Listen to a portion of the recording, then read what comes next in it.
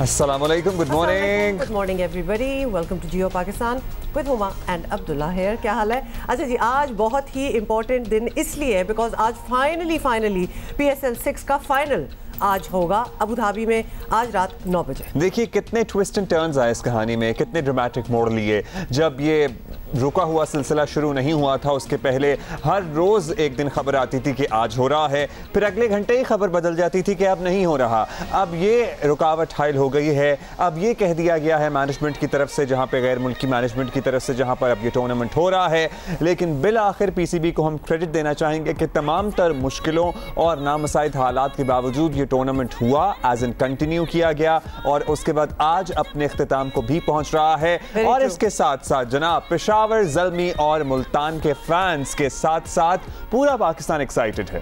Absolutely जी, बड़ा ही एक्साइटिंग आज का मैच होने वाला है। We are expecting because both the teams have actually fought and won that place. जब आपको पता है ये सिलसिला पार्ट 2 में स्टार्ट हुआ था अभी रिसेंटली, तो तब भी फेवरेट्स कुछ और थे और teams that are doing better were totally different. मतलब एंड में फाइनल कौन खेलेगा ये सोचा नहीं जा सकता था कि मुल्तान सुल्तान आप कोई भी मौका हाथ से नहीं जाने देती लाहौर का अनकहा तस्करा किए बगैर के the teams who were doing better not there anymore. मैंने नाम ही नहीं लिया। वैसे जो आपको पता है जब जल रहा हूं तो धुआं उठना स्टार्ट हो जाता है। मैं तो हमेशा से, मैं आपको पता है 5 साल पहले से व्हेन दिस होल सिलसिला started, I am always saying and I will stick to it, मैं जीतने वाले के साथ ही होंगी। हाँ वो तो होंगे, लेकिन आपको पता है ना फेज 1 में लाहौर कितना ज़बरदस्त परफॉर्म कर रहा था और हमें लग रहा था कि अल्टीमेटली अगर इसी तरह कंटिन्यूटी से चलता रहे तो Lahore might lift the trophy. लेकिन वो तो रेस से ही आउट हो गए बहुत सी दफ़ा की तरह। लेकिन एट द सेम टाइम इस सीज़न की एक हाईलाइट PSL का ये एंथम भी था, रैप करने की, वो जो होता है ना, ये रैप था बस ऐसे ही होता है। इस उम्र में यही हो सकता है। और ना तो हम इतने यंग हैं ना स्टनर तो चले शायद। खुद ही कर ली अपने आप को स्टनर। मैं कहती हूँ यंग लगा लो, स्टनर को छोड़ो। अच्छा जी, ये तो बातें होती रहेंगी और ऑफ कोर्स उसके बाद आपको पता है कि कल लाहौर में एक धमाका भी हुआ है, तो उसके बारे में भी हमने पता करना है कि मतलब बड़ा अमन चल रहा था अभी, पीरियड बड़ा ज़बरदस्त था ये। How did this happen? So हम our heart goes out to the families जो कि अफेक्ट हुई हैं इस धमाके में। हम उनसे इज़हार ताज़ियत भी करना चाहेंगे। इसकी इन्वेस्टिगेशन कहाँ तक पहुँची है, क्या मामला हुआ, इसके बारे में तफसील भी आपको बताएंगे। आपको पता है कि we are a cricketing nation. जब क्रिकेट का कोई इस तरह मेगा इवेंट होता है और उसके फाइनल तक हम पहुंचते हैं ना, तो हमारी ज़िंदगी में जो भी मसले मसाइल चल रहे होते हैं हम कुछ देर के लिए, कुछ लम्हों के लिए वो भूल जाते हैं। जैसे कि आपको पता है कराची और सिंध में गैस का एक शदीद बहरान है। हम सर्दी में बारहा ये हुकूमती वज़रा के बयानात जो कि अब मज़े का खेज़ लगते हैं कि पाकिस्तान को तो 6 हफ्तों के लिए गैस की ज़रूरत होती है, इतने ज़्यादा गैस के मुआहदे कर दिए गए, अब क्या करें गैस का, क्या हवा में उड़ाएं। तो वही वाली लगता है कि हवा में ही उड़ा दी है, बिकॉज और किधर यूज हो रही है। हर किसी को टेंशन है गैस की, तो मिल किधर रही है, ये बहुत बड़ी बात है। बिकॉज घरों में तो बहुत कम आ रही है। वैसे आपके घर आना स्टार्ट होगी क्योंकि कल तो बहुत ही आपको पता है बीच में एक पीरियड आता है 2 घंटे 3 घंटे जब बिल्कुल एक कतरा गैस नहीं आती। और सर्टनली आप तसव्वुर भी नहीं कर सकते ना कि गर्मी में गैस ना आ रही हो, लेकिन बहुत कुछ ऐसा हो रहा है जो पहले कभी नहीं हुआ। और एक और भाई, केले 150 140 रुपए और कुछ दिन पहले 160 रुपए दर्जन भी मैंने सुने। केले अंदाजा करें, मतलब लिटरली पहले तो आप दर्जन और ये सब कुछ लिटरली, अब तो आप एक केला ले लें, बस जाएं और ठेले से एक केला खरीद लें, वो वाली सिचुएशन हो चुकी है। We'll talk about all of this later because I am still concern कि लाहौर में कल क्या हुआ है, थोड़ी सी डिटेल देते हैं and then we have our correspondent as well. Lahore का इलाका जी जौहर टाउन गुज़िश्ता रोज़ धमाके से लरज़ उठा। कलअदम जमात के सरबरा हाफिज सईद के घर के करीब ये धमाके में 3 अफराद जाँ बहक और 20 से ज़ायद जख्मी हो गए और घर के बाहर खड़ी कार में नस्ब धमाका खेज मवाद रिमोट कंट्रोल डिवाइस से उड़ाया गया। ये मतलब जितनी सामने आपको फैक्ट्स आ रहे हैं वो और ख़तरनाक सिचुएशन होती जा रही है। तो somebody is actually handling it, you know, remote control से उड़ाया गया। और इब्तदाई रिपोर्ट के मुताबिक धमाके में 30 किलोग्राम से ज़ायद गैर मुल्की साख्ता धमाका खेज मवाद इस्तेमाल हुआ है। और IG पंजाब इनाम गनी ने धमाके का असल टारगेट पुलिस और कानून नाफिज करने वाले इदारों को करार दिया। यहाँ पे हाई वैल्यू टारगेट्स के घर का सवाल है, जहाँ पे कि उनका घर है उसी के पास आपने देखा होगा कि पिकेट है और ये घर के करीब गाड़ी नहीं जा पाई है सिर्फ और सिर्फ उस पिकेट की वजह से। अगर ये पिकेट ना होता तो ये गाड़ी कहीं और जा सकती थी। सो इसमें आपको अप्रिशिएट करना चाहिए अपनी पुलिस को कि उनकी प्रेजेंस की वजह से और उनकी यहाँ मौजूदगी की वजह से वो अपने टारगेट पे कोई भी नहीं पहुँच सका। इसीलिए भी हमारा ख्याल ये है कि इसका टारगेट जो है वो पुलिस है। वज़ीर कानून पंजाब राजा बिशारत के मुताबिक धमाके का कोई थ्रेट अलर्ट पहले से नहीं था। जो थ्रेट अलर्ट्स होती हैं वो तो होती हैं थ्रेट अलर्ट्स, लेकिन कोई ऐसा थ्रेट अलर्ट स्पेसिफिक जो है वो नहीं था। बहरहाल ये तमाम पहलू जो हैं इन पर हम गौर करेंगे और उसके बाद जो भी लेटेस्ट इन्फॉर्मेशन होगी इंशाल्लाह ताला इसी पे बात करेंगे। हमारे कॉरेस्पॉन्डेंट लाहौर से इस वाक़े के बारे में कल से जियो के नाजरीन को आगाह रखे हुए हैं अहमद फराज। अहमद, बताइएगा इब्तदाई तफ्तीश तहकीकात कहाँ तक पहुँची? आप वज़ीर कानून तो कहते हैं कोई थ्रेट अलर्ट नहीं था, पुलिस ज़रा क्या बता रहे हैं, क्या थ्रेट अलर्ट था?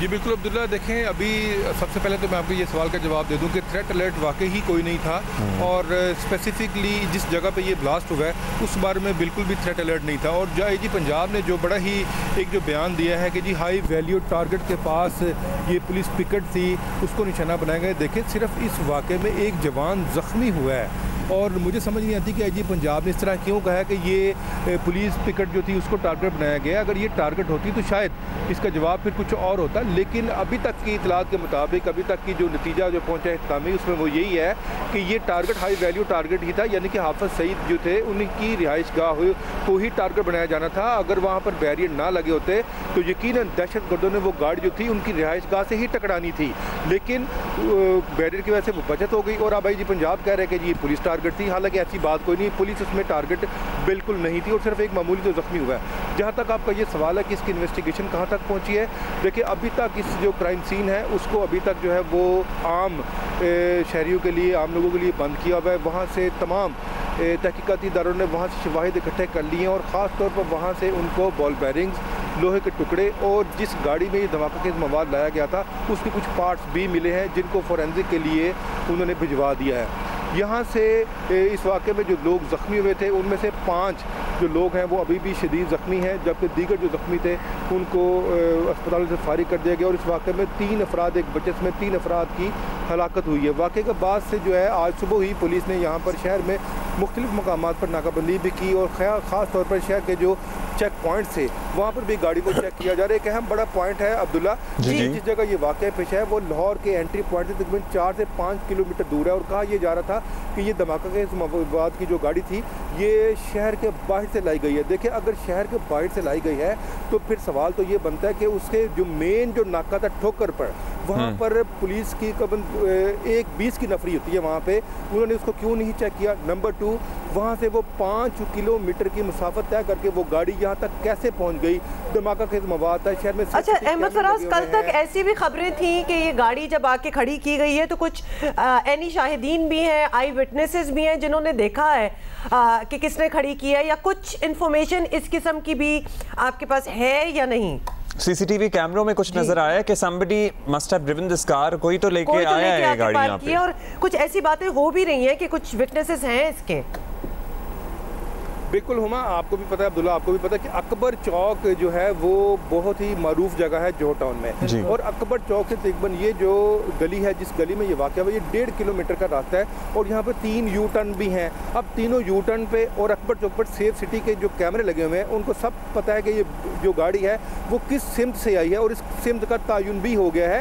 ये गाड़ी जो है ये आई है नहर के कनाल रोड से आई है और कनाल रोड से आके इसने इस गली के सामने इसने यू टर्न लिया और जहाँ से यू टर्न लिया है वहाँ पर भी कैमरे लगे हुए, यू टर्न लेके ये इस गली में दाखिल हुई है और गली में ये कुछ देर के बाद इस गाड़ी को रिमोट कंट्रोल से धमाके से उड़ा दिया गया। अब दूसरा सवाल आपका ये था हुमा कि किसी ने देखा कि नहीं देखा, और लोग कहते हैं कि अनजान लोग। देखे ये एक पब्लिक फिनोमेना है, किसी के घर के पास या किसी के घर के करीब कोई भी जो नाआशना लोग आए तो लोग एक दफ़ा वर्ता हैरत में जरूर पड़ते हैं कि ये कौन है। तो ये एक आम सी बात है, जाहिर है वो गाड़ी आई, लोगों ने देखा होगा तो ये जानने वाला कोई नहीं है, लेकिन उन्होंने नोटिस कोई नहीं किया, उन्होंने किसी से उससे पूछा नहीं है या उन्होंने पुलिस को इत्तला नहीं दी।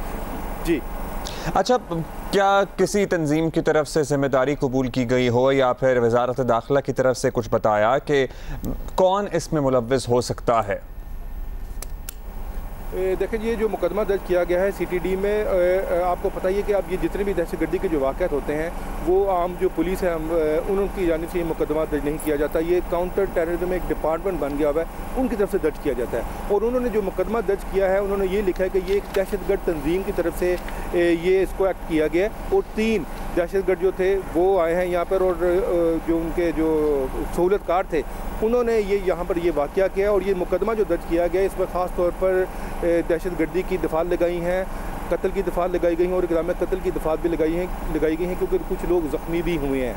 तो अभी तक स्पेसिफिक किसी तंजीम की जानिब से कोई प्रेस रिलीज़ तो नहीं पहुंची, क्योंकि अक्सर आपका सवाल बिल्कुल दुरुस्त है कि मीडिया के इदारों में उनकी जानिब से प्रेस रिलीज़ आ जाती होती है, लेकिन अभी तक प्रेस रिलीज़ नहीं पहुँची। लेकिन मुकदमे में एक नामालूम दहशतगर्द तंजीम का नाम जरूर लिखा होगा। बहुत शुक्रिया अहमद फराज हमें अपडेट करने का। और ये इसलिए भी बड़ी एक इंसान ज़रा घबरा जाता है बिकॉज आपको एक दफ़ा मैं दोबारा रिपीट करूँगी, पिछले कुछ अरसे से बड़ा एक पीसफुल सिचुएशन जो है वो नज़र आ रही है और बड़ी कुर्बानियों के बाद हमने वो पीसफुल सिचुएशन अचीव की है। और फिर पीस से आप बड़ी जल्दी यूज्ड टू हो जाते हैं, तो आप भूल जाते हैं कि कितना एक बुरा वक्त भी हमने देखा और फिर इस किस्म की जब चीजें होती हैं तो then all the peace is gone and you are expecting more of this to happen. Allah ना करे। You know Pakistanis have seen horrible times. अब ये प्रॉब्ली मिलेनियल्स जो बिल्कुल ही टीनेजर्स हैं उनको तो नहीं पता, लेकिन उससे पहले के ज़रा जो बड़े लोग हैं वो आर इन द 30s और late 20s when we were growing up we have seen horrible terrible times के बाहर निकलते थे तो एक खौफ का आलम, खौफ की फ़ज़ा होती थी। हर जुमे को नमाज़ पढ़ने जा रहे हैं तो मुख्तलिफ ख़यालात घर वालों के जहन में आ रहे होते थे। कोई ये डिसीजन होना स्टार्ट हो गई थी कि मस्जिद जाएं या ना जाएं, फिर कोई मुहर्रम के जुलूस हैं या रबियुल अव्वल के जुलूस हैं, हर जगह पर एक खौफ की सूरत हाल थी कि जनाब पता नहीं जाएंगे तो क्या होगा। वो टाइम हम सब ने देखा है। और ऐसे ही तो नहीं, पाकिस्तान ने इस वॉर ऑन टेरर में 70,000 जानें गंवाई हैं, तो हमारी कुर्बानियाँ बहुत ज़्यादा हैं। इसलिए हम खुदा न खास्ता वो सूरत हाल दोबारा नहीं देखना चाहते और इसीलिए एक थॉरो इन्वेस्टिगेशन इस केस की भी होनी चाहिए कि एक्चुअली हुआ क्या। अगर बैरूनी हाथ भी है इसमें तो वो भी उसका भी तयन करें और इन्वेस्टिगेट करें और इंशाल्लाह आई एम श्योर ये हो भी रहा है। Will talk about this later again, लेकिन अभी दोबारा से एक दफ़ा PSL की बात हो जाए, क्या ख्याल है जनाब? पाकिस्तान सुपर लीग के 6थे एडिशन का फातेह कौन होगा? What are your thoughts? 2 choices है मेरे पास, या तो पेशावर या मुल्तान। अच्छा, इसके लिए बहुत ज़्यादा इंतजार नहीं करना पड़ेगा क्योंकि फैसला ये हो जाएगा आज ही। लीग का फाइनल पेशावर ज़ल्मी और मुल्तान सुल्तान के दरमियान आज खेला जाएगा। सबसे ज़्यादा फाइनल खेलने वाली टीम का मुकाबला पहली मरतबा एक्चुअली फाइनल में पहुंचने वाली टीम से होगा। So interesting things that you get to know in Geo Pakistan. Peshawar Zalmi चौथी बार ये फाइनल खेल रही है, मुल्तान सुल्तान पहली दफ़ा आई है by the way. Of course पहली दफ़ा आई है और आपको बताएं कि बेहतरीन बैटिंग और मजबूत बॉलिंग अटैक रखने वाले टीमों का मुकाबला यकीनन दिलचस्प होगा। दिस इज ऑनेस्टली दीज वही बात है कि these teams have fought to be where they are. Match Pakistani वक्त के मुताबिक रात 9 बजे शुरू होगा और आपको पता है ना आजकल जो रात को 9 बजे मैचेस शुरू हो रहे हैं और 1 बजे जाके 1-1:30 बजे खत्म होते हैं, तो रात को एटलीस्ट 3 बजे तो नहीं खत्म होगा ना, तो हम ये मैनेज कर लेंगे आज के दिन, मेरा ख्याल है करना पड़ेगा। ठीक है। तो एक तरफ होंगे धानी, अब उनको मुझे धानी है कि दहानी है, वो जो भी है, DAHANI दहानी वर्सेस ज़ज़ाई तो सही कहा है ना मैंने? सिकंदर वक्त विदास क्रिकेट के सिकंदर, बहुत शुक्रिया सिकंदर मुल्तान सुल्तान और पेशावर ज़ल्मी। वैसे मुझे तो मुल्तान सुल्तान को ही सपोर्ट करना चाहिए ना, अब्दुल्ला सुल्तान, मुल्तान सुल्तान। खैर, दोनों टीमें इस वक्त फॉर्म में हैं, दोनों टीमें टक्कर की भी हैं। अब PSL के आगाज पर आपको लगता था कि ये टीमें फाइनलिस्ट हो सकती हैं या इसमें कुछ सरप्राइज एलिमेंट है सबके लिए? जनाब ये तो बहुत बड़ा सरप्राइज़ है। मैं बिल्कुल जो लोगों का ख्याल था वो कराची और लाहौर का फ़ाइनल का था। जिस तरह की PSL शुरू हुआ था कराची में, तो सबसे ये कह रहे थे कि लाहौर और कराची का मुकाबला होगा इस दफ़ा फ़ाइनल में, और लाहौर कलंदर का तो 100% था कि जी वो पहुँचेगी, मगर जिस तरह की उन्होंने परफॉर्मेंस दी अबू धाबी जाके, वो वाकई सबको सरप्राइज़ कर गया। मुल्तान की टीम ने बड़ा ज़बरदस्त पिक किया रिजवान की कैप्टनशिप में, और उनकी टीम बड़ी रिदम में। पेशावर ने आखिरी मैच में आकर किया, उनकी टीम इतनी मज़ेदार नज़र नहीं आ रही थी, मगर आखिरी में उनका बड़ा अच्छा परफॉर्मेंस हो गया। तो मुझे लगता है कि मैं 60-40 है, मैं अभी भी 60% चांस कहूँगा मुल्तान का है, 40% जो है पेशावर का है। अच्छा जी Sikandar, of course we are all expecting कांटेदार मुकाबला जिसको कहा जाता है, तो अब हर किसी ने अपनी साइड जो है वो भी चुन ली है और ज़्यादा इंतज़ार भी अब नहीं रहा। तो अब इंतज़ार जिस चीज़ का बस है वो ये है कि आपकी प्रेडिक्शन क्या है, तो आपको क्या नज़र आ रहा है कि कौन जीत रहा है आज? देखिए, मैंने जिस तरह कहा 60-40 पेशावर की टीम का जो सबसे ज़्यादा फोकस है वो ज़रज़ई पे है, जो हज़रतुल्लाह ज़रज़ई जो कि अफ़गानिस्तान से हैं, वो बड़े एग्रेसिव किस्म की बैटिंग करते हैं। 2-3 मैचेस में उनको बड़ा ज़बरदस्त उन्होंने रन्स किए हैं, तो लोग उनकी तरफ बड़ा फोकस है। बड़ा एकदम से अचानक से वो हीरो बन गए, सब उनके पर नज़र है। मगर जिस तरह की वो बैटिंग करते हैं, वो चांस देने का उनका वो चांस बन जाता है कि वो कैच वैच दे देंगे। मगर मैं हमेशा बिलीव करता हूँ कि वो लोग जो स्टडी खेलते हैं वो उनको मैं ज़्यादा ट्रस्ट करता हूँ। तो मुल्तान की टीम में जो है रिजवान बहुत अच्छा खेल रहे हैं, बहुत ही ज़बरदस्त किस्म की कप्तानी कर रहे हैं। फिर शान मसूद बहुत ज़बरदस्त खेल रहे हैं। तो शोएब मकसूद आपने देखा होगा, ये ज़रज़ई की तरह वो बहुत ही अच्छे शॉट्स खेलते हैं, वो बड़े स्ट्रेट बैट से खेलते हैं। तो ये 3-4 लड़के हैं जो मुल्तान की तरफ से, उनकी बॉलिंग अटैक बहुत तगड़ा है। इनके पास तो स्पिनर ही नहीं है पेशावर के पास। तो देखते हैं, बैलेंस डिफरेंट है। तो मैं 60 दूंगा मुल्तान को, 40% दूंगा मैं चांस पेशावर को। चलें जनाब, किस टीम को क्या एडवांटेज है तो आपने बता दिया, लेकिन पीसीबी को क्या क्रेडिट देना चाहेंगे? बड़े मुश्किल हालात थे सिकंदर, आपसे भी हम मुसलसल बात करते आए हैं। एक दिन हम बात कर रहे होते थे हो रहा है, एक दिन हम बात कर रहे होते थे कि पता नहीं कब फाइनल होगा, लेकिन अल्टीमेटली पीएसएल दोबारा से सिलसिला शुरू भी हुआ और आज फाइनल भी खेला ही जा रहा है। नहीं, मैं समझता हूँ कि बहुत ज़बरदस्त किस्म का क्रेडिट देना चाहिए पाकिस्तान क्रिकेट बोर्ड को। हम सब समझ रहे थे कि ये ऑर्गेनाइज़ नहीं कर सकेंगे। शुरू के जो आपने देखा होगा किस तरह जो फ़्लाइट चल रही थी, उनके टर्बुलेंस में थी, कभी किसी को वीज़ा, कभी किसी को वीज़ा नहीं मिल रहा, कोई एयरपोर्ट से वापस जा रहा है, सारे इश्यूज़ हुए। मगर Pakistan cricket board very well done. हम हमेशा हमारा इख्तलाफ रहता है क्रिकेट बोर्ड से, मगर ये ज़बरदस्त तरीके से उन्होंने ऑर्गेनाइज़ किया। उन मुबारकबाद के हकदार हैं हर तरीके से जो लोग भी उसको ऑर्गेनाइज़ कर रहे थे। Very well done, I think they have done a wonderful job. Indeed very well done. अगर आपको इम्प्रेस कर दिया ना पीसीबी ने, तो फिर तो वाकई कोई अच्छा काम किया होगा, क्योंकि आपको पीसीबी बड़ा कम इम्प्रेस करता है। सिकंदर, आप भी हमारे बेंचमार्क है, अगर आपको चीज़ ठीक लग रही है तो ठीक ही होगी। Thank you so much for talking to us and but jokes aside, this has been well done. और बिल्कुल नहीं लग रहा था कि ये इस बार का जो पीएसएल है वो कंप्लीट हो सकेगा, और फिर बिल्कुल एंड पॉइंट तक जैसे हम बात कर रहे थे कि ये फील नहीं हो रहा था, और अब वो भी गया और बड़ा अच्छा स्मूथली हो गया। और फिर जो मैचेस रह गए थे वो हुए, वो एक से एक मैच देखने वाला था। तो I think even the players were waiting you know complete this stint. आज बड़ी एक अहम कॉन्फ्रेंस बुलाई है नरेंद्र मोदी ने, और कश्मीर की सूरत हाल का मुमकिन तौर पर जायज़ा लिया जाएगा, और लेट्स सी कि उसमें क्या फैसले होते हैं, क्योंकि उसमें कश्मीरी क़यादत को भी मदऊ किया गया है।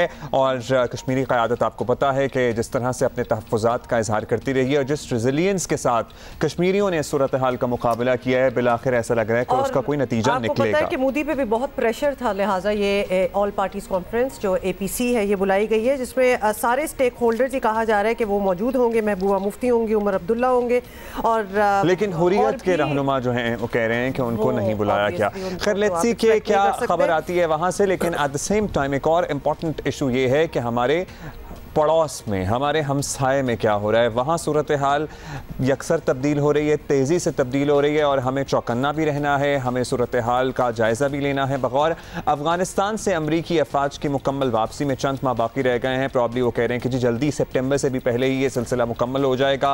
इनखिला के इस आखिरी मरहले में अफ़गानिस्तान में तालिबान के हमलों में भी तेज़ी आई है, और दर्जनों एक्चुअली इजला जो हैं वो तालिबान ने कब्जा कर लिया उन पर, और अफगान हुकूमत की पहले से कमज़ोर तरीन रिट जो है वो मज़ीद कमज़ोर होती नज़र भी आ रही है। और ये भी नज़र आ रहा है कि अफगानिस्तान में हालात तेज़ी से बदल रहे हैं, जिसके लाजमी असरात ऑफ कोर्स पाकिस्तान पे पड़ते हैं। इस पे माहिर अफगान उमूर रहीमुल्लाह यूसुफजई साहब हमारे साथ मौजूद हैं। रहीमुल्लाह यूसुफजई साहब, शुक्रिया आपने वक्त दिया।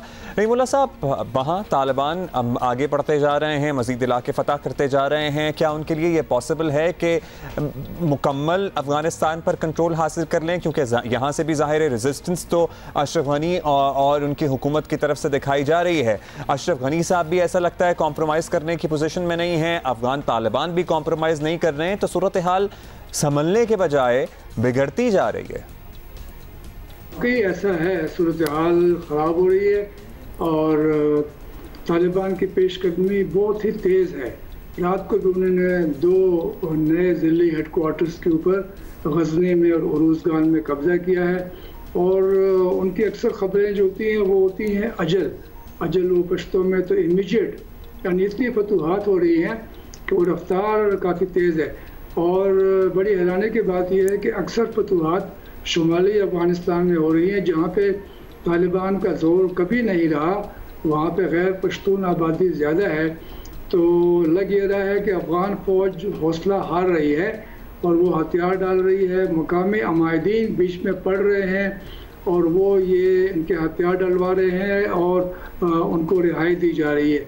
लेकिन अशरफ गनी जो हैं वो कल जो बाइडन से मुलाकात करेंगे, डॉक्टर अब्दुल्ला जो उनके साथ होंगे, इनकी मखलूत हुकूमत है और अब देखते हैं कि वहाँ पे क्या फैसले होते हैं। लेकिन ये उनसे कहेंगे कि आप हमारी फौजी इमदाद करें या फिर आप फ़ज़ाई हमले करें। पाकिस्तान ने भी, वज़ीर ख़ारजा ने कहा है कि हम पे इल्ज़ाम नहीं लगाना, लेकिन वो इल्ज़ाम लगाएंगे। पाकिस्तान के ऊपर तो पहले भी इल्ज़ाम लगाए गए, अभी भी। अच्छा, अब अफ़गान आवाम की ज़रा बात करते हैं रहीमुल्लाह साहब। इस सारी सूरत हाल में ज़ाहिर है अफ़गान आवाम जो हम जैसे आप जैसे आम लोग हैं जो वहाँ रहते हैं अपने ख़ानदानों के साथ, अपनी फैमिलीज़ के साथ, वो क्या चाहते हैं, वो किसके साथ हैं, उनकी हिमायत किसको हासिल है? अगर अशरफ गनी अपने इक़्तिदार से चिमटे हुए हैं मुबैना तौर पर और अफ़गान तालिबान भी पीछे हटने को तैयार नहीं हैं, तो इसमें पिस तो अफ़गान आवाम रहे हैं, उनकी हिमायत किसको हासिल है एक्चुअली? देखिए, ये वाज़ेह नहीं है क्योंकि अफ़गानिस्तान में एक तो कभी तारीख़ में मरदमशुमारी नहीं हुई। आबादी कितनी है? कहते हैं शायद 3.5 करोड़ है। इंतखाबात 9 दफ़ा हुए, सदारती और पार्लिमानी, हर बार धांधली के इल्ज़ामात लगे और मजबूरन फिर उनको मखलूत हुकूमत बनानी पड़ी 2 बार, अब्दुल्ला को और अशरफ गनी को। इससे पहले हामिद करज़ई के इंतखाबात के ऊपर भी एतराज़ात हुए। तो ये सही राय तो मालूम नहीं है, लेकिन ये कुछ हक़ाइक़ ये हैं कि 1 मई से पहले जब अमेरिका की फ़ौज का इनखला शुरू हुआ, 65% आबादी शहरों में थी और वो शहर अभी तक अफ़गान हुकूमत के कब्ज़े में है और बाकी जो देही इलाके अक्सर तालिबान के कब्ज़े में।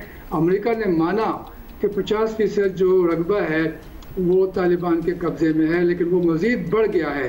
तो मेरे ख़्याल में अफ़गान आवाम तो इस बात पे मेरे ख़्याल में ज़रा इनको इत्मीनान होगा कि ज़्यादा जंग नहीं हुई, बल्कि फ़ौज हथियार डाल रही है और तालिबान जो है कस्बों में दाखिल हो रहे हैं। लेकिन अगर जंग में इजाफा होता है तो ज़ाहिर है फिर उनकी मुश्किलात में इजाफा होगा और हमें भी ख़तरा है कि कुछ अफ़गान महाजिर मज़ीद हमारे यहाँ आ जाए। जी रहीमुल्लाह यूसुफ साहब, अफ़गानिस्तान की ऑब्वियसली बदलती सूरत हाल है और उसका हमेशा इम्पैक्ट जो है वो पाकिस्तान पे भी होता है। इन द पास्ट भी अगर देखा जाए, इनफैक्ट कोई भी चेंज अफ़गानिस्तान में हो रहा हो तो उसका नेगेटिव इम्प्लिकेशन पाकिस्तान पे भी आती है। तो इस पर आप क्या ये सूरत हाल किस तरह डेवलप होते हुए देख रहे हैं? देखिए, एक तो ये है कि जो हम पे इल्ज़ाम तराशी होती रही है काबुल से या बाकी, उसमें इजाफा होगा और वो कहेंगे कि ये पाकिस्तान ने इनकी मदद की तालिबान की, इसलिए इनको फतूहात हासिल हो रही है। दूसरी बात ये है कि मैंने पहले भी कहा कि हमारे यहाँ अफ़गान महाजिर तो तकरीबन 30 लाख हैं ही, मज़ीद भी आ सकते हैं। हालांकि हमने बाढ़ भी लगाई हुई है, 80% बाढ़ का काम मुकम्मल हो गया है, लेकिन ये आना जाना जो है ये मुकम्मल तौर पर बंद नहीं होगा। मिलिटेंट्स भी आएंगे, स्मगलर भी आएंगे, अफ़गान महाजिर भी आएंगे और फिर ये है कि हमारे भी कुछ लोग जाएंगे यहाँ से, पहले भी जाते रहे हैं, जाकर वो तालिबान का साथ देंगे तो हम भी मुलविस हो जाएंगे और फिर जो हमारे यहाँ अफ़गान महाजिर या अफ़गान हुकूमत के एजेंट या बाकी गैर मुल्की अनासिर जो हैं तो वो भी हमारे यहाँ दहशतगर्दी की कार्रवाइयाँ कर सकते हैं। कल भी जौहर टाउन लाहौर में एक धमाका हुआ, तो ये देखना है कि ये कौन करवा रहा है। लेकिन जी, उसकी ज़ाहिर है फिर इन्वेस्टिगेशन होगी तो हक़ाइक़ सामने आएंगे। अच्छा, कोई डायलॉग का चांस बन सकता है अफ़गान तालिबान और अशरफ गनी की हुकूमत के दरमियान? डेडलॉक असल में क्या है? इनिशियली इत्तलात ये थी कि जी अफ़गान तालिबान अगर मुज़ाकरात के लिए आगे भी बढ़ते हैं तो वो अशरफ गनी को इस पोजीशन पर नहीं देखना चाहते। इसमें कितनी हकीकत है? अब क्या हो सकता है? कोई मुज़ाकरात हो सकते हैं इन दोनों पार्टीज़ के बीच? देखिए, मुज़ाकरात अभी तक बाज़ाब्ता तौर पर ख़त्म नहीं हुए। दोनों मुज़ाकराती टीमें कतर में मौजूद है, कभी कभार मुलाकात भी होती है, लेकिन कोई पेशरफ नहीं हो रही। सिर्फ एक बात के ऊपर इत्तेफाक राय हुआ, 12 सितंबर से बातचीत शुरू हुई पिछले साल अभी तक रूल ऑफ प्रोसीजर और कोड ऑफ कंडक्ट के ऊपर इत्तेफाक हुआ है कि ये मुज़ाकरात किस तरीके से करने हैं। एजेंडे के ऊपर इत्तेफाक नहीं हो सका, कई महीने हो गए। अफगान हुकूमत चाहती है पहले जंगबंदी हो, तालिबान चाहते हैं कि पहले अगले निज़ाम, इस्लामी निज़ाम के बारे में बातें तय हो जाए। तो वो एक डेडलॉक तो है, लेकिन अभी ये है कि ये सुना है कि अब्दुल्ला, हामिद करज़ई, करीम खलीली, यूनुस कानूनी बड़े अहम रहनुमा हैं काबुल से, वो कतर जा रहे हैं, बात करेंगे। अशरफ गनी और अब्दुल्ला का दौरा अमेरिका का बड़ा अहम है। इस्तांबुल कॉन्फ्रेंस तो फिलहाल नहीं हो रही, लेकिन ये है कि राब्ते हैं, बातचीत। अमेरिका के दौरे की बात कर रहे हैं आप, इन अब्दुल्ला और अशरफ गनी साहब के। क्या ये आपके लिए हैरानी है कि अफगानिस्तान में जिस तरह सूरत हाल बदल रही है, अमेरिका निकल रहा है, अमेरिका ने मुकम्मल इनखला करना है, जब से जो बाइडन ने अपने ओहदे का चार्ज संभाला है, पाकिस्तान के वज़ीर आज़म से उन्होंने बात नहीं की है बराह रास्त। अब तो अमेरिका में भी इस बारे में तशवीश का इजहार किया गया है उनके रहनुमाओं की तरफ से। Isn't it surprising? ये बड़ी हैरान कुन लगी आपको बात, या नहीं कोई बात नहीं, बाद में हो जाएगा शायद रब्ता? देखिए, एक बात तो ये कि 6 महीने उनको हो गए जो बाइडन को, तो उन्होंने अभी तक हमारे वज़ीर आज़म से रब्ता नहीं किया, लेकिन उनके बाकी आला हुकाम का रब्ता रहा है। कई यहाँ पर पाकिस्तान भी आए, CIA के चीफ भी आए एक खुफिया दौरे के ऊपर, तो रब्ते तो हैं। लेकिन मेरे ख्याल में अमेरिका की जो तरजीहात हैं बाइडन के आने के बाद और पहले भी, वो तब्दील हो रही है। अफ़गानिस्तान उनके लिए इतना अहम नहीं रहा, वो इनखला कर रहे हैं। उनके लिए अहम बात चीन को रोकना है, चीन को कंटेन करना है, और उसके लिए उनको इंडिया का तावन चाहिए, और जो ऑस्ट्रेलिया और फार ईस्ट के ममालिक हैं उनका तावन चाहिए। तो अफ़गानिस्तान की अहमियत कम हो गई तो पाकिस्तान की भी अहमियत कम हो गई। तो मेरे ख्याल में ये मामला रहेगा, लेकिन अगर आइंदा भी अफ़गानिस्तान में अमेरिका मुखालिफ अनासर सर पकड़ते हैं तो फिर अमेरिका को परेशानी होगी और पाकिस्तान की अहमियत फिर से बढ़ जाएगी। जी, फाइनली रहीमुल्लाह साहब ये भी बताइएगा कि एक भारतीय वफ्द की मुलाकात हुई है तालिबान के हेड से इन कतर में ये मुलाकात हुई है, तो इसकी इम्प्लीकेशन क्या हो सकती है, इसको आप किस तरह देख रहे हैं? देखिए, पहली बात तो ये है कि ये कतर के एक जो अहलकार हैं उन्होंने ये बात की है कि मुलाकात हुई है। तालिबान अब भी इनकार कर रहे हैं कि कोई बाज़ाब्ता मुलाकात नहीं हुई, लेकिन इंडिया में कुछ अर्से से ये एक बहस चल रही थी मीडिया में भी कि हमें तालिबान से राब्ते करने चाहिए, वो एक हकीकत है, और अगर तालिबान आ गए तो फिर हम जो इंडिया का असर है इस वक्त अफ़गानिस्तान में वो कम हो जाएगा। तो $3 अरब की सरमायाकारी की है वो भी डूब जाएगी। तो मेरे ख्याल में उनकी ख्वाहिश तो है कि तालिबान से राब्ते कायम करें, लेकिन तालिबान ने कहा है कि वो सबके साथ ताल्लुकात रखेंगे, लेकिन उनके दिल में तो है कि इंडिया ने हमेशा उनकी मुखालफत की है।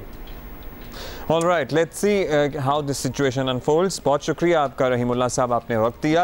अब आपको पता है कि जैसे ही आज PSL का फाइनल हो जाएगा फिर पाकिस्तान टीम जो है वो दौरा इंग्लैंड के लिए रवाना हो जाएगी, जहां पाकिस्तान टीम को भरपूर सपोर्ट मिलती है, आपको पता ही है। और 2019 का अगर हम आपको याद दिला दें, वर्ल्ड कप में पाकिस्तान टीम के में एक मद्दा जो बहुत ही वायरल एक मीम बन गए थे, सारिम खान, प्लीज दिखा देना साथ साथ, वो जो ऐसे करके खड़े हैं, चेक शर्ट याद आ गई होगी। तो अब एक कैच होने पर क्या हुआ था?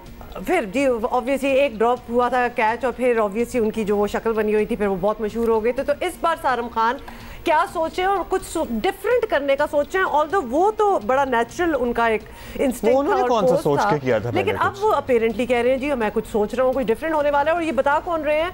Murtaza from London. तो मुर्तज़ा की ही सुन लेते हैं क्योंकि उनको तो पता ही होता है।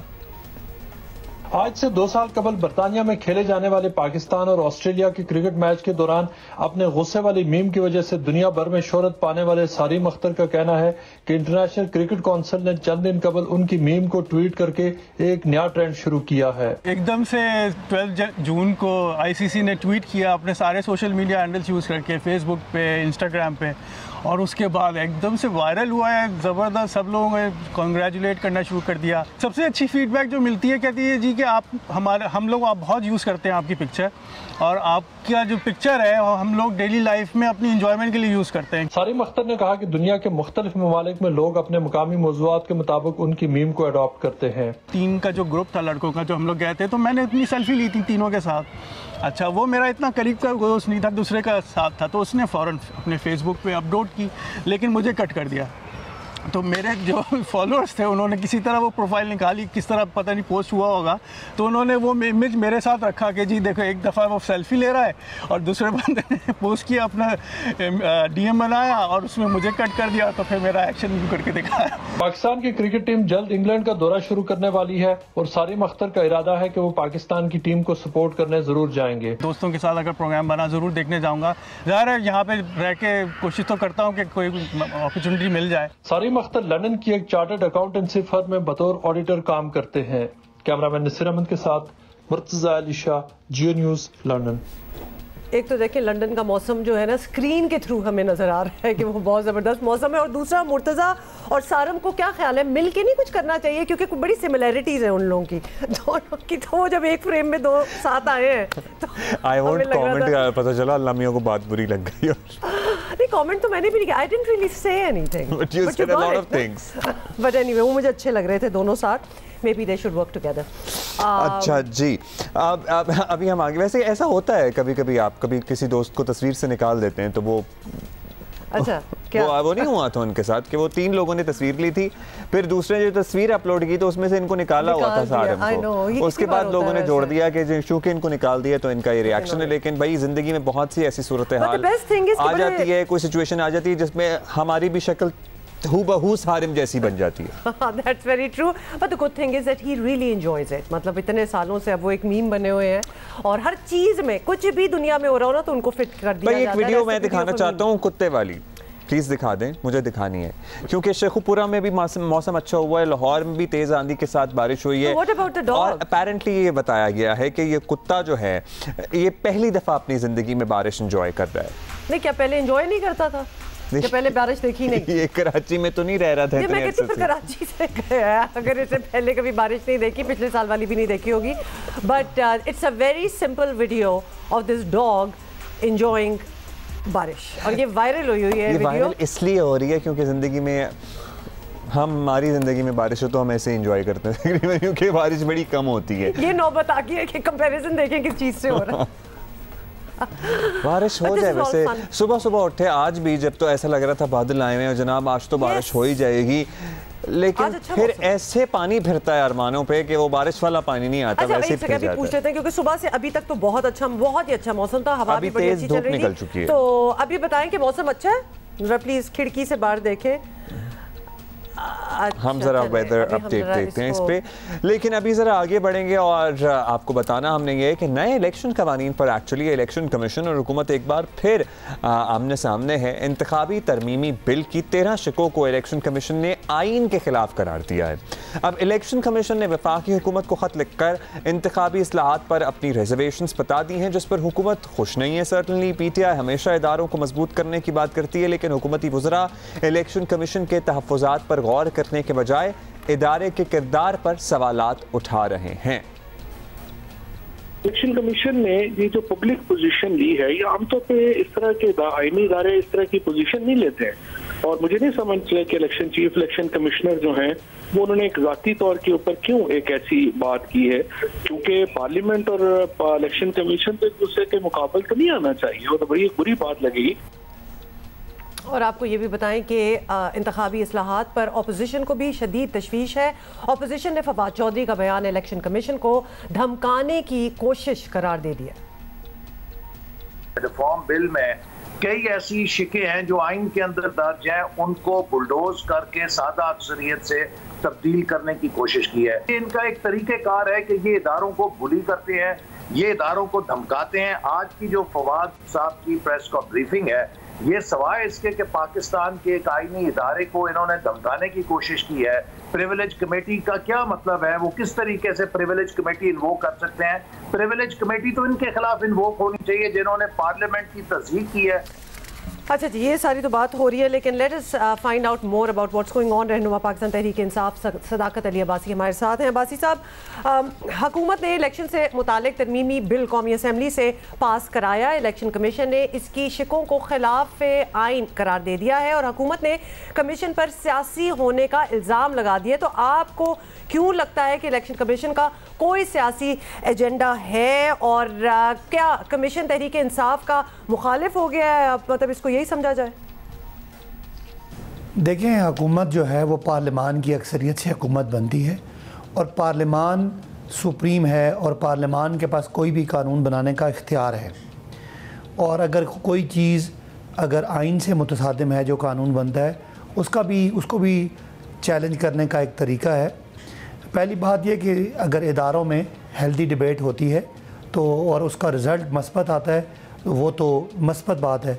और जिस तरह का इमरान खान साहब की ज़िंदगी गुजरी है, क्रिकेट के मैदान में भी उन्होंने हमेशा न्यूट्रल अंपायरिंग की बात की कि जीतने वाला और हारने वाला दोनों उस मैच के रिज़ल्ट को माने।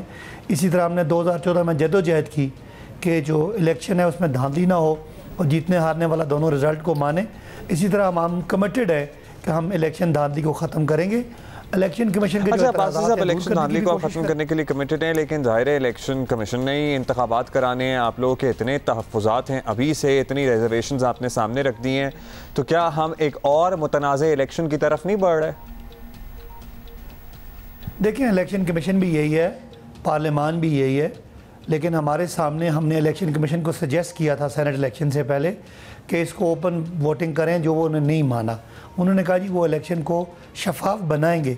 जो आपने देखा कि जिसमें हमने सेनेट के इलेक्शन में पैसे चलते देखे, हम बतौर पार्लियामेंटेरियन, बतौर MNA, मैंने वो सारी बातें देखी भी और सुनी भी, और अब पूरी कौम ने वो वीडियोज़ देखी जहाँ MNAs का ज़मीन ख़रीदने जाने की कोशिशें हुई और लोगों ने पैसे लिए और दिए। और शुरू में हुकूमत ने इसको एतराज़ किया, बाद में अपोजिशन ने एतराज़ किया। इसी तरह से सियालकोट इलेक्शन हो या कराची का जो इलेक्शन था, जो फैसलवाड़ा वाली सीट का, उसको तो PTI ने भी एतराज़ किया और नून ने भी एतराज़ किया।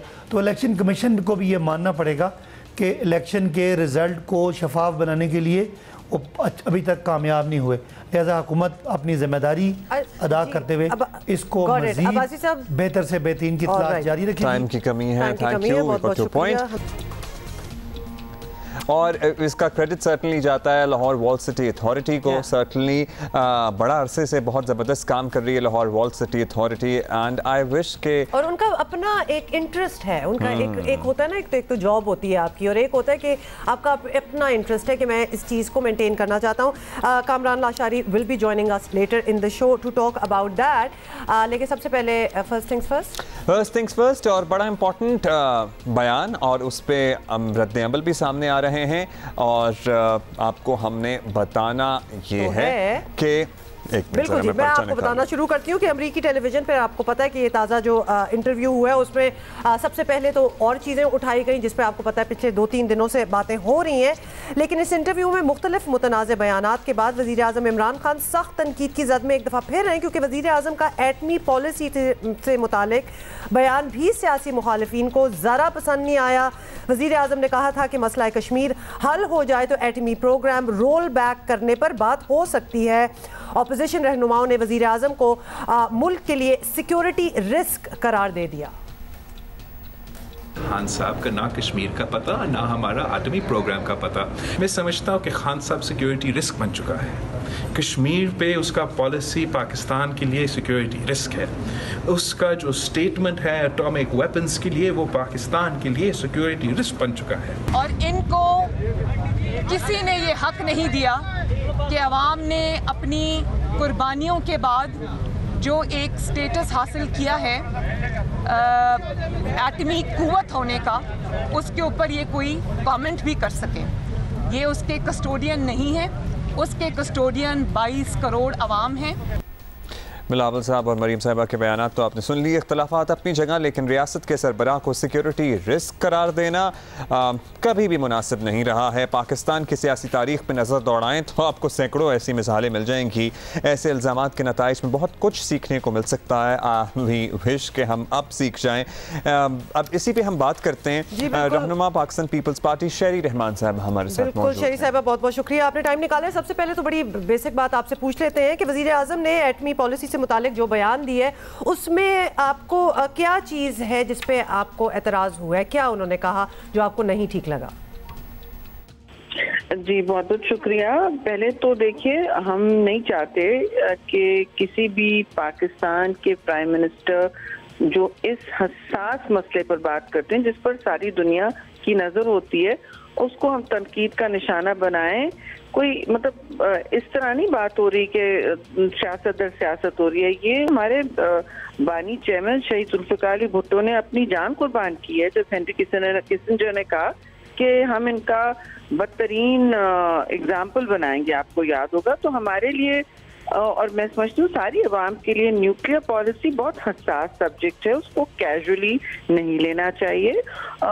हमने सिर्फ ये कहा कि देखिए प्राइम मिनिस्टर ने शायद समझा नहीं वो क्या कह रहे हैं, इस बात को क्लैरिफाई करें, वजाहत कर दें। इंटरनेशनली आपने कहिए कि हमारे न्यूक्लियर डिटरेंट नहीं होगा अगर कश्मीर का हल मिल गया। अब कश्मीर का हल क्या मिलता है क्या नहीं मिलता है, न्यूक्लियर डिटरेंट आपकी एक परमानेंट रियासती आपका बहुत बड़ा सुतून है। और हिंदुस्तान को आप किस तरह एकदम समझ सकते हैं कि उन्होंने छोड़ दिया सब कुछ। हिंदुस्तान तो अपने न्यूक्लियर आर्सेनल को चीन के से भी के सामने खड़ा रखती है और वो कहेंगे हम तो नहीं कर रहे। तो आप इस तरह बातें क्यों करते हैं कि न्यूक्लियर डिटरेंट इस्तेमाल करनी है? वो सही कहा, बहुत सी बातें जो हैं वो ठीक है, लेकिन ये एक रियासती इंटरनेशनल सतह पर जब बात होती है तो जाहिर है एक सवाल तो उठता है। शहरी साहबा, तनकीद करना ज़ाहिर है आपका हक है, आपका एक मौक़िफ़ है जिसका इजहार का हक आपको हासिल है, लेकिन इस पर वज़ीर आज़म को सिक्योरिटी रिस्क करार देना, क्या ये मुनासिब टर्म या मुनासिब रवैया है? माजी में आप लोग तो खुद ही इसका शिकार रहे हैं। हम अगर वैसे हिस्ट्री देखें तो फ़ातिमा जिन्ना साहिबा, बेनज़ीर भुट्टो साहिबा से लेकर नवाज शरीफ साहब तक पर ऐसे इल्ज़ामात लगते रहे हैं। क्या हासिल हुआ है एक दूसरे को गद्दार कहकर और इस तरह के सिक्योरिटी रिस्क करार देकर? नहीं, आई डोंट नो किसने सिक्योरिटी थ्रेट कहा है। मैंने ये कहा कि मोहतरमा शहीद को सिक्योरिटी थ्रेट यही लोग कहते थे। हमने किसी को सिक्योरिटी थ्रेट नहीं कहा, लेकिन इस वक्त पाकिस्तान की जो खारजा पॉलिसी है और इक्तसादी क्राइसिस इस वक्त हुई है, फॉरेन पॉलिसी फायर स्टॉर्म हो रहा है। अफगानिस्तान में जिस तरह इनखिला हो रहा है, हमें भी सोचना चाहिए कि इतनी कुर्बानियां दी हमने। एक अफगानिस्तान की फ्रंट लाइन थी। अब आप सूरत हाल देखें, अफगानिस्तान से फॉल आउट हो रहा है और क्वेटा सरीना से अटैक ले लें या लाहौर में जो अटैक हुआ है अभी वो ले लें। ये अब बहुत तशवीशनाक सूरत हाल है नेशनल सिक्योरिटी के हवाले से। और पूरे मुल्क को इस वक्त बजाय ब्रीफिंग देने के नुमाइंदों को, अवाम के नुमाइंदों को और जॉइंट पार्लियामेंट सेशन करने के जो हम मांग रहे हैं, हम कह रहे हैं भाई क्लासिफाइड ब्रीफिंग करें, हम आखिर करते थे कि नहीं। तो आप जिम्मेदाराना किरदार अदा करें, बजाय इधर इधर इंटरव्यू देने के पहले अपनी ज्वाइंट पार्लियामान को तो आप एतमाद में लें, क्लोज डोर सेशन कर लें, जो करना करें। जो हुकूमतों का काम है वो पहली जिम्मेदारी निभाएं प्लीज, ताकि इस तरह की मिसस्पीकिंग ना हो। बहुत शुक्रिया शहरी साहिबा, thank you for pointing out at least कि आपने कहा कि ऐसा नहीं कहना चाहिए। By the way I am surprised कि आपको नहीं पता, बिलावल साहब ने खुद कहा कि वज़ीर आज़म सिक्योरिटी रिस्क बन चुके हैं और आपने कहा कि बेनज़ीर भुट्टो साहिबा को भी उनके मुखालिफिन सिक्योरिटी थ्रेट करार देते थे ना। वो बात तब ठीक थी ना ये बात और इसीलिए पूछा जाता है कि जब खुद पे कुछ गुजरा हो इन द पास्ट तो लिहाजा आई मीन पीपल लर्न। तो इसलिए हमें अजीब लग रहा था कि जब चूंकि बेनज़ीर भुट्टो साहिबा को भी ये कहा गया है तो आगे नहीं ये पास ऑन करनी चाहिए और ये बहुत बड़ा टर्म है to call the prime minister. और आपको बताएं कि मुल्क भर में आटे का एक और बहरान सर उठा रहा है और ऑलरेडी इतने और बहरान हैं। गंदम पर सेल्स टैक्स में इजाफे का तनाज़ा शिद्दत इख्तियार कर गया है। फ्लावर मिल्स एसोसिएशन ने एहतजाजन आज और कल अलामती हड़ताल की कॉल दे दी है। सेल्स टैक्स का फैसला वापस ना लेने की सूरत में 30 जून से गैर मुअय्यना मुद्दत तक हड़ताल का ऐलान भी किया गया है। सप्लाई बंद होने के बाद मुल्क भर में आटे का बहरान पैदा हो सकता है और टैक्सेस के इतलाक के नतीजे में आटे की कीमतों में इजाफा भी मुतवक्के है। दोनों सूरतों में बोझ ऑब्वियसली यू नो दैट के अवाम को ही उठाना पड़ेगा।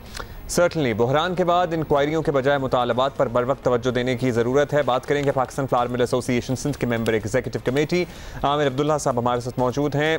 आमिर साहब, मुल्क की मईशत टैक्सेस पर ही चलती है, ये दुनिया का कानून है, कोई हम पहली दफ़ा तो ये बात सुन नहीं रहे हैं। अब कुछ टैक्सेस एक तिहाई मुनाफा बख्श सनत की जानिब आ ही रहे हैं, तो क्या एतराज़ हैं आप लोगों के इस पर, शिकायत क्या है?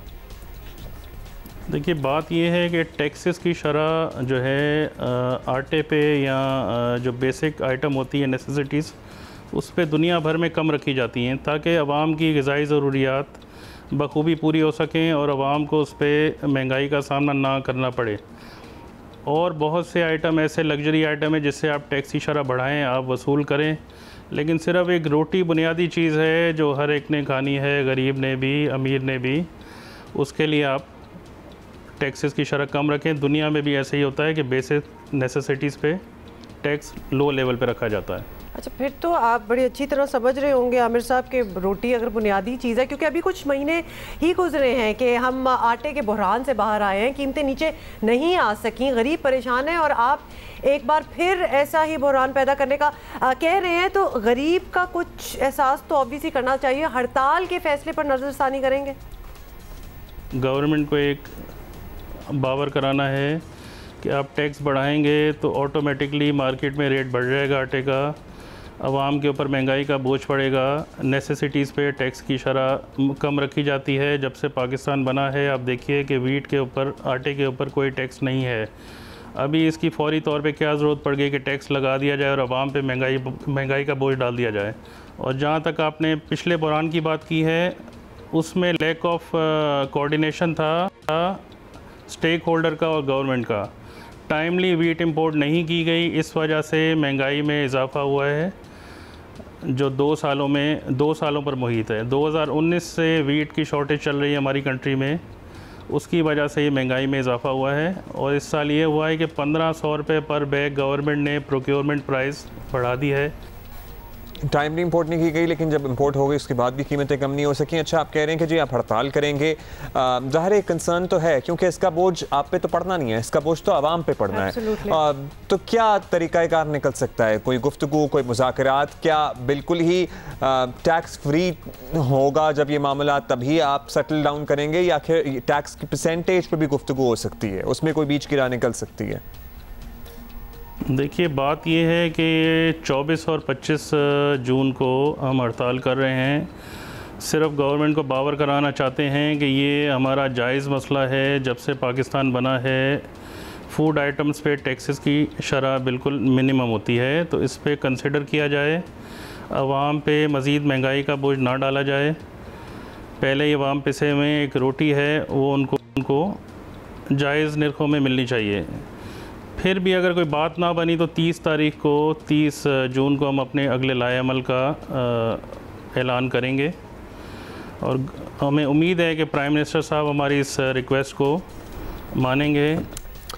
लेट्स सी कि क्या होता है इसका, लेकिन जो भी है मसला हल होना चाहिए और ये इजाफी बोझ आवाम पर नहीं पड़ना चाहिए। और बिल्कुल, ये जो इतनी महंगाई है इसमें मजीद इजाफा रोज़ हम सुनते हैं कि कोई एक और चीज़ होती है, क्योंकि अगर एक गरीब आदमी प्याज के साथ रोटी भी उसके लिए खाना मुश्किल हो जाए, जो कि हम लोगों को लगता है कि इतने इजाफे से क्या होता है, होता है सर, होता है मैडम, इतने इजाफे से लोगों को फ़र्क पड़ता है। क्यूट वीडियो टाइम ऑन जियो पाकिस्तान। तो वीडियो इतना माशाल्लाह से क्यूट है, तब बेबी क्यूट है। अच्छा जी, कल थी सालगिरह हमजा अली अब्बासी की, और जो वीडियो उनकी वाइफ ने शेयर की ना विद द बेबी, तो वो देखने वाली चीज़ है। हैप्पी बर्थडे टू हमजा तो हम कर ही देंगे, लेकिन actually it's the baby that we are interested in. What a cutie. तो आपको पता है कि कुछ सेलिब्रिटी बेबीज़ जो है आजकल वायरल हो जाते हैं। This is one of those babies, माशाल्लाह माशाल्लाह, और बहुत ही क्यूट है।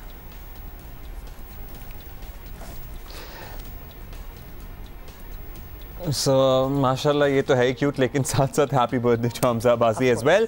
अभी हम आगे बढ़ेंगे जनाब। एक बहरान जो है ना उससे इंडस्ट्रीज़ भी सफ़र कर रही हैं, एंड कंज्यूमर डोमेस्टिक यूजर्स भी सफ़र कर रहे हैं। कराची में सड़ी गर्मी में बिजली के मसाइल तो चल ही रहे थे, लेकिन गैस का बहरान भी शदीद हो गया है एक्चुअली। और ज़रा इस पर हमारे रिजर्वेशन सुन लिए थे, इंडस्ट्री को किससे गुजरना पड़ रहा है वो भी आपको सुनवाएंगे। शहर की तमाम नॉन एक्सपोर्ट इंडस्ट्री को गैस की फराहमी मुअत्तल कर दी गई है गैर मुअय्यना मुद्दत तक के लिए। और गैस की अशद कमी के सबब कैप्टिव पावर प्लांट्स, बिल्कुल कैप्टिव पावर प्लांट्स को भी सप्लाई आधी कर दी गई है, और इस सूरत हाल में पैदावारी सरगर्मियाँ और मुतादिद सनतें शदीद मुतासर होने का खदशा पैदा हो गया है। घरेलू सार्फिन का मामला हमने आपको बता दे दिया था। FPCCI के डेप्यूटी कन्वीनियर और ऐवान सनत व तजारत कराची के मेंबर एग्जीक्यूटिव कमेटी सनतकार रहनुमा इदरीस गीगी हमारे साथ मौजूद हैं। बहुत शुक्रिया। ये बताइएगा कि इंडस्ट्री को गैस के बहरान का सामना नज़र आ रहा है, ऑब्वियसली यही हम पूरी डिटेल दी है। कितना बड़ा मसला है ये आपके लिए, और क्या आप लोगों का काम बिल्कुल ठप होकर रह गया है? कितना नुकसान हुआ है? कुछ बैकग्राउंड दें, इस वजह से कितना नुकसान हुआ है? पहले हमें SSG की तरफ से बताया गया कि इंडस्ट्रीज जो हैं उनके जो गैस फील्ड्स हैं यहाँ पे 14 सिंध में, उनमें कोई मेंटेनेंस का काम जारी है। तो हमने ये वजह जाननी चाहिए कि एक साथ आप 14 को जो है मेंटेनेंस के लिए खोल रहे हैं, तो इससे इंडस्ट्रीज कैसे चलेंगी। तो उस पर आज उन्होंने मीटिंग कॉल की थी, सातों एसोसिएशन वहाँ पे गई और उनको बताया गया कि हमें फेडरल गवर्नमेंट की तरफ से इंस्ट्रक्शंस हैं कि कराची में इंडस्ट्रीज की जो सप्लाई है उसको मुंतकिल कर दी जाए। इसमें आपको पता है कि कराची एक मेजर रोल प्ले करता है, ऑलमोस्ट 60% रेवेन्यू पाकिस्तान को कमा के देता है, 54% ऑफ टोटल कंट्री एक्सपोर्ट जो है वो इसी से जाता है। 10 में से 7 जो टॉप कंपनीज हैं वो कराची से ताल्लुक रखती हैं। अब इस वक्त अल्हम्दुलिल्लाह पाकिस्तान में अच्छी प्लेसमेंट हुई भी है, और जब ये वक्त पे नहीं जाएंगे तो इसका नुकसान सिर्फ ये नहीं होगा कि आपने वक्त पे नहीं दिया, तो उसका 2 तरह के नुकसान। एक नुकसान तो ये है कि ऑर्डर कैंसिल हो जाएगा और आइंदा कभी ऑर्डर पाकिस्तान में नहीं प्लेस होगा। सेकंड नुकसान ये है जो हम इंडस्ट्रियलिस्ट का है, जो प्रोडक्शन लॉस हो रही है, उसके अलावा वो ये है कि हमें वही गुड्स जो हैं बाय एयर देने पड़ेंगे, and we still don't know. अभी तक हमें कोई मैसेज नहीं कन्वे किया गया है कि 1 दिन की बंदिश है, 2 दिन की बंदिश है, 1 हफ्ते की बंदिश है। तो आपकी गुफ्तगू से तो ये लग रहा है कि जो एक्सपोर्ट वाली इंडस्ट्री है उसमें भी गैस का बहरान है, और आपने कहा कि अल्टीमेटली हमें ऑर्डर्स भेजने हैं और बाय एयर भेजने पड़ेंगे, जाहिर है आपकी कॉस्ट पड़ेगी। साथ में बड़ी अलार्मिंग आपने बात की है कि SSG आपको कह रही है कि फेडरल गवर्नमेंट ने कहा है कि कराची की इंडस्ट्री को गैस बंद कर दें। इससे तो कान खड़े होते हैं इस बात को सुनकर। तो बताइए कि आपका गवर्नमेंट के रहनुमाओं से कोई राब्ता हुआ, किसी सरकारी ओहदेदार, किसी वजीर मुशीर से कोई राब्ता हुआ कि क्या इस किस्म की इंस्ट्रक्शंस हैं? अगर हैं तो हालात कब तक बेहतर होने की उम्मीद है? देखिए, मैंने जैसे बताया कि SSGC ने ज़रूर बुलाया और उन्होंने सीधा सीधा बता दिया कि फेडरल गवर्नमेंट यानी फेडरल मिनिस्टर की तरफ से ये अहकामात हैं कि कराची की इंडस्ट्रीज़ को सप्लाई रोक दी जाए, और उनके लिए फर्स्ट प्रेफरेंस उन्होंने कहा डोमेस्टिक। ठीक है, डोमेस्टिक को भी मिलनी चाहिए, लेकिन मेरा ये सवाल है कि पाकिस्तान भर में क्या सिर्फ सिंध या कराची है जिसकी आपने बंदिश की हुई है, जिसकी सप्लाई मुंतकिल की है? इस वक्त पूरा पाकिस्तान जो है उसमें है। आपको पता है कि गैस यहाँ पे more than 60-70% gas Sindh produce करता है। अभी तक फेडरल गवर्नमेंट ने हमसे कोई कांटेक्ट नहीं किया। हाँ, सिंध गवर्नमेंट के कुछ वुज़रा ने हमसे ज़रूर कांटेक्ट किया और उन्होंने कहा है कि ये चीज़ टेकअप करेंगे, क्योंकि 158 के तहत सिंध का पहला राइट है कंज्यूम करने का। ये राइट KPK को जब दिया गया है तो सिंध के पास भी है। तो आईनी इख्तियार के तहत हमने भी उनको ये रिक्वेस्ट की है कि भाई अपना आईनी इख्तियार आप इस्तेमाल करें। कब तक की ये बंदिश, कब तक की ये डिस्क्रिमिनेशन होता रहेगा इस शहर के साथ? सनतकार इदरीस कीगी हमारे साथ मौजूद थे। इदरीस साहब शुक्रिया, लेकिन at the same time this indeed needs to be investigated, क्योंकि ये तो एक स्कैंडल है। अगर SSGC आपको ये कह रहा है कि फेडरल मिनिस्टर ने कहा है कराची की इंडस्ट्री को बंद कर दें, तो कराची सिंध तो 60 से 70% गैस प्रोड्यूस कर रहा है। तो एक्चुअली आईनी हक हासिल है सिंध को कि ये सबसे पहले यहीं कंज्यूम हो गैस, और अगर बंदिश करनी है तो फिर सब अक्रॉस द बोर्ड पूरे मुल्क में यकसा बंदिश करें ना। हाँ, शेयर हो जाए ताकि एक जगह बिल्कुल ना खत्म हो। Okay, this is something that needs to be investigated more, and of course हम ये करेंगे और आपके पास मजीद खबर और डिटेल लाएंगे इस हवाले।